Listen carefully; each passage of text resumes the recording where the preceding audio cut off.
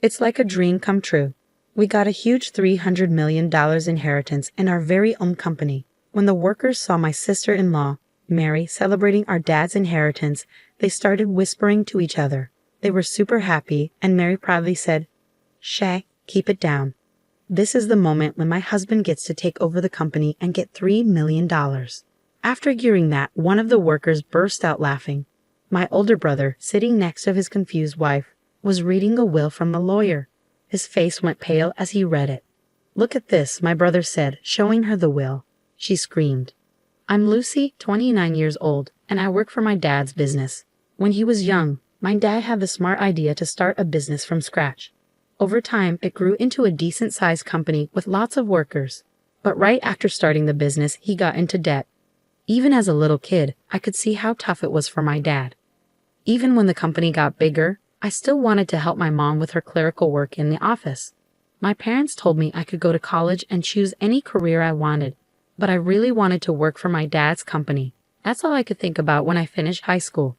When I joined my dad's company, Bob, who had been working there for a long time, was the first person to teach me about business. He didn't treat me differently just because I was the boss's daughter. Thanks to Bob, I got to learn a lot about how the company works. My brother Tom, who's only 2 years older than me, went to college to learn about management. He was always proud to tell people that our dad ran a business and that he would take over one day. Tom's friends would ask him, "What are your plans after college, Tom? Are you going to find a job?" Tom would say, "I don't mean to find a job because I'll be working for my dad's company. I'll become the president eventually, so I'm taking my time to learn about management until then." "Wow, you're going to be the next president. That sounds like a really stable future. I'm kinda jealous," one of Tom's friends said. "Tom, you have a younger sister too, right? Won't there be a competition over who gets to take over the company?" Another friend asked. "Yeah, I have a younger sister, but she's just finished high school and she's pretty down to earth," Tom replied. "You always say that, but I've heard she's actually doing some important work behind the scenes at the company. If I become president, I'll make sure to keep her on board as long as she listens to me," Tom assured. My brother was spending a lot of money and having fun, pretending it was all part of learning to be a business manager. He knew that if he acted well, he'd have lots of friends around him, and being the next president of the company made him popular with women who wanted to date him. He ended up marrying Mary, who was very flashy and attractive. They had a fancy wedding, went on a luxurious honeymoon overseas, built a big mansion, and started their life together. He said he did all this to look good as the future president of the company. Mary seemed happy with Tom. He listened to her and let her enjoy all the fancy things in life. "I doubt she'd want a life like mine, where I work with my mom behind the scenes in my dad's company," I told someone. "Lucy, you don't seem like the CEO's daughter. You don't act like you're the president's daughter," she said. Mary would often laugh at me when we saw each other at family events. "I prefer a simpler life," I said. She looked at me like she felt sorry for me. "I pity you for being the president's daughter but not knowing how to spend money. You still live with your parents and have plenty of money, so you don't need to work hard. And with your title, shouldn't men be drawn to you?" My brother chimed in, "Yeah, she's right.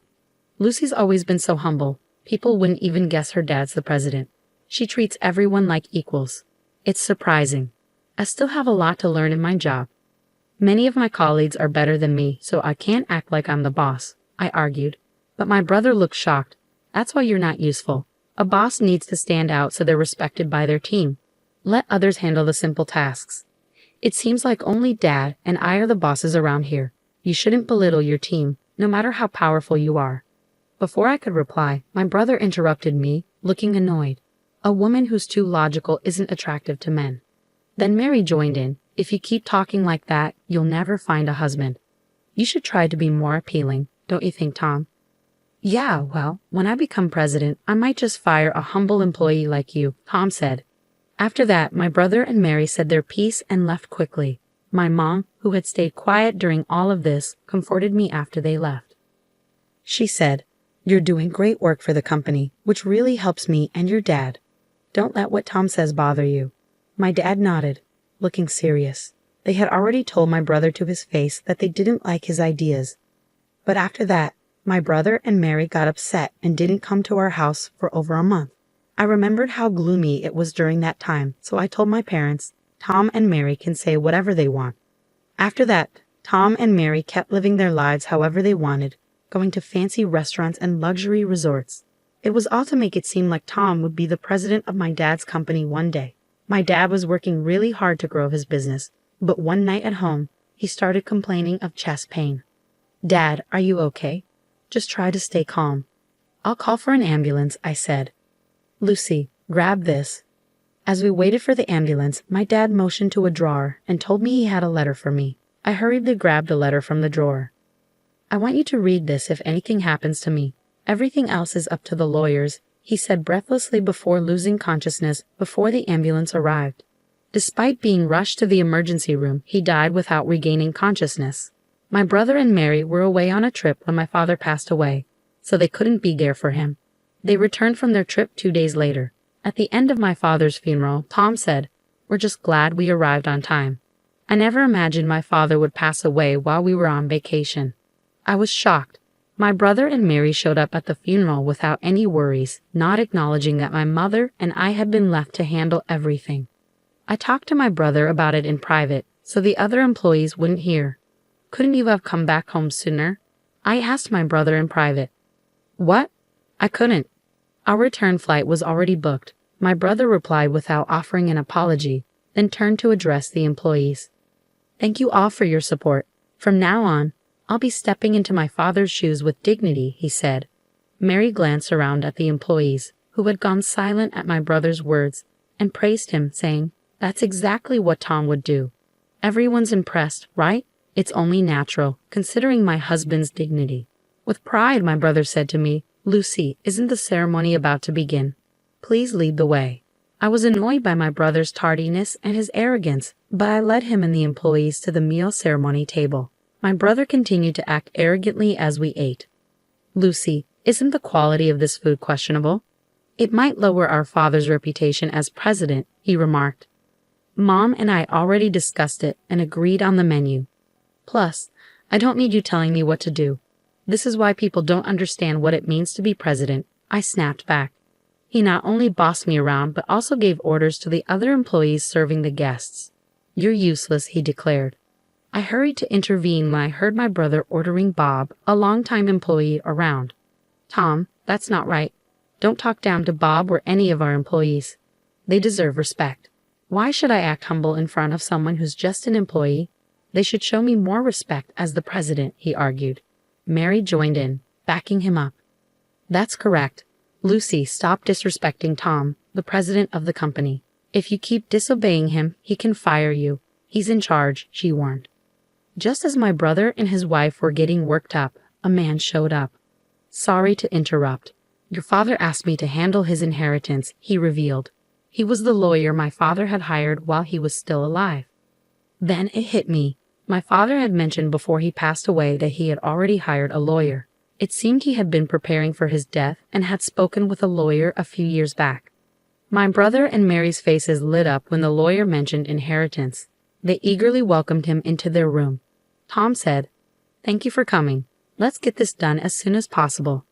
But as he spoke with the lawyer, Tom started to cry. Wasn't my father's inheritance supposed to be $300 million?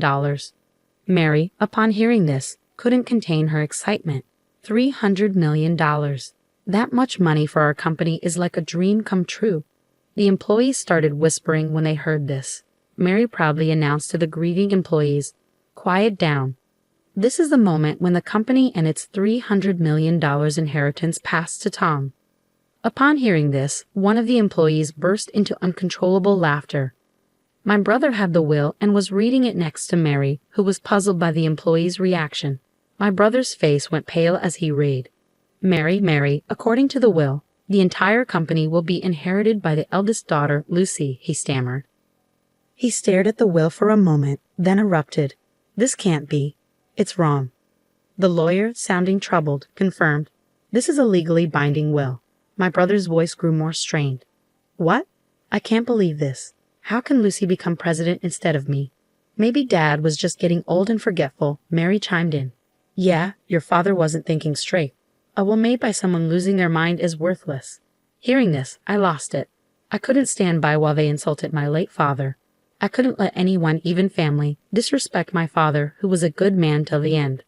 "Stop. The idea of my brother Tom becoming president is even more absurd, in my opinion, I asserted. My brother was furious. What are you trying to say? That I'm not fit to be president? He snapped back. Without hesitation, I fired back, you're absolutely right. How can you lead this company if you've never contributed to it? Don't be ridiculous. Mary and I even built a mansion fit for a president, and we made sure to project the image, he defended. Building a mansion unsuited for a leader and dining extravagantly? That's not good for business. And didn't Dad cover most of the costs for that house and extravagance? How would you even know? I countered. Just before he passed, Dad left me a letter. In it, he outlined all the money he had spent on you and said he would give you a gift during his lifetime. So your share of the estate is practically nothing, I disclosed. Mary panicked. Hold on. Is the inheritance really worth $300 million? Have we already spent that much? It's not fair that we're left with so little. The employee who had been laughing earlier quickly approached Mary and explained that $300 million is from the company's assets, not personal wealth. I'm sure all the employees here understand that. Company funds aren't meant for inheritance, I clarified to Mary. Exactly. The company's money isn't meant to be divided among family members, so I doubt my brother's share is significant, I added. That's heartbreaking, Mary sighed. Oh no, Lucy. Mary was shocked. The inheritance? $300 million? My brother suddenly stood up as if he'd had a revelation and shouted at the employees, Do you really want a plain woman like Lucy as your company president? You must see that I'm more qualified. I have the same charm as my father. None of his colleagues sided with him. Bob took the lead and spoke to my brother. Your father, the one you're succeeding, was a charismatic founder of this company, but you and he are different. What you have is arrogance, not charisma. My brother flew into a rage when Bob calmly countered him. Tom, you may hold a position in our company, but us, the employees, hardly ever see you around. I don't have time for actual work in the company. I'm too busy networking with others. There's no time for menial tasks, my brother argued. Networking? Going on trips and partying all night? Is that what you call networking? That's hardly enough. Bob continued, meanwhile, Lucy's been putting in hard work every day, learning about the company while quietly handling her behind-the-scenes duties. I see the same dedication in her as I did in your father. Lucy is the right person for the job, as far as all of us here at the company are concerned, Bob concluded. The other employees nodded in agreement. I was touched and responded, Thank you all so much. Honestly, I'm taken aback by this news, but having seen my father's passion for the company firsthand, I share the same dedication. I'm grateful for your continued support. The employees warmly applauded as I bowed deeply. Emboldened by their applause, I spoke firmly. Each one of you here is a valuable friend who has contributed to our business. Anyone who overlooks that isn't fit to be part of this company, let alone its president. Even the president can be fired by the employees. My brother grew annoyed upon hearing this. What are you talking about? I'm your brother. What are you even talking about? You were the one who said you'd fire me if you became president, brother. I reminded him. I can't keep paying a salary to an incompetent employee just because he's family. This is ridiculous. Can someone please help me out here? My brother pleaded for support from those around him, but all he got were cold stares from the employees. Seeing that nobody was backing him up, my brother and Mary left in a hurry. After that, Tom lost his job and relied on the small inheritance he received. But it didn't last long. Can you lend me some money, Lucy? He asked, kneeling before me. I was disgusted by my brother's behavior. Even after losing his job, he didn't try to find a new one and was still expecting help from the family. I firmly told my mother not to give him any money. His friends, who had once been supportive, turned their backs on him when they found out he lost his presidency to me, his sister. When Mary married my brother, she had envisioned being the wife of the company president, but none of her friends showed any sympathy for her. As their financial situation became dire, my brother and his wife decided to sell their mansion. The proceeds from the sale could have sustained their lifestyle, but without any income, their savings quickly dwindled. When they had nothing left to sell, they struggled to cover their expenses. Eventually, they realized they needed to find work. However, no one was willing to hire them because they lacked any work experience. Eventually, Tom found a part-time job at a convenience store. Now, he's in an unfamiliar role, facing criticism from younger coworkers. Mary's situation changed too. She's no longer a full-time housewife, but now works as a cashier at a supermarket, alongside the very part-time housewives she once looked down upon. Her salary is low. Meanwhile, I'm using my experience from behind-the-scenes work to help the company grow. With support from Bob and other employees, the company is thriving. Ironically, my brother's situation has strengthened employee unity. I've pledged to keep working with my mother to expand the business, aiming to bring pride to my Father in heaven.